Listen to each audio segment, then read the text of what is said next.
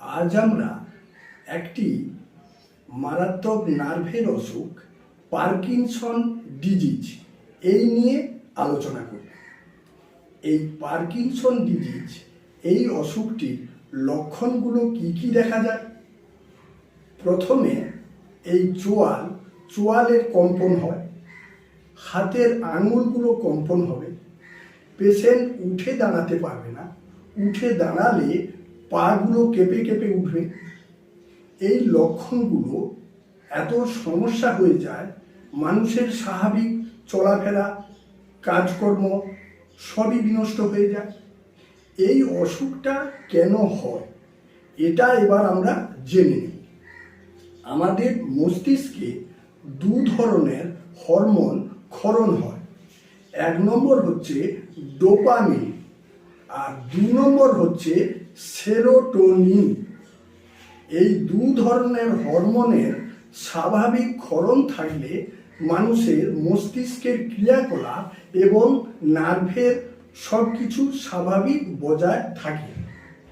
এই ডোপামিন এবং সেরোটোনিন এই দুটো হরমোন ক্ষরণ মস্তিষ্কে কমে যায়। কমে গেলে এই অসুখটা দেখা দেয়।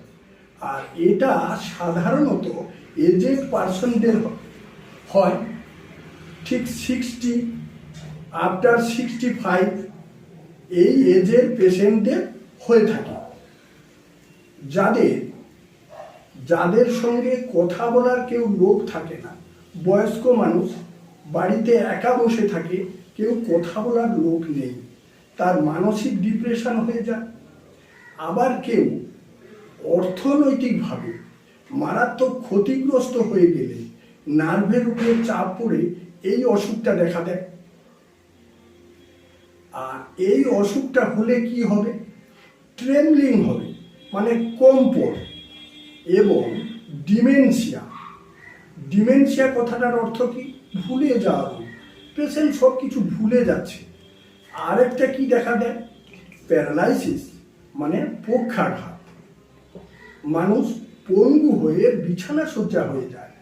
এই পার্কিনসন ডিজিজটা একটি কঠিন অসুখ। এর হোমিওপ্যাথি খুব সুন্দর চিকিৎসা রয়েছে। আপনারা এসে যোগাযোগ করতে পারেন। ডাক্তার অরূপ সিনহাটাল, চেম্বার, শিবপুর, হাওড়া।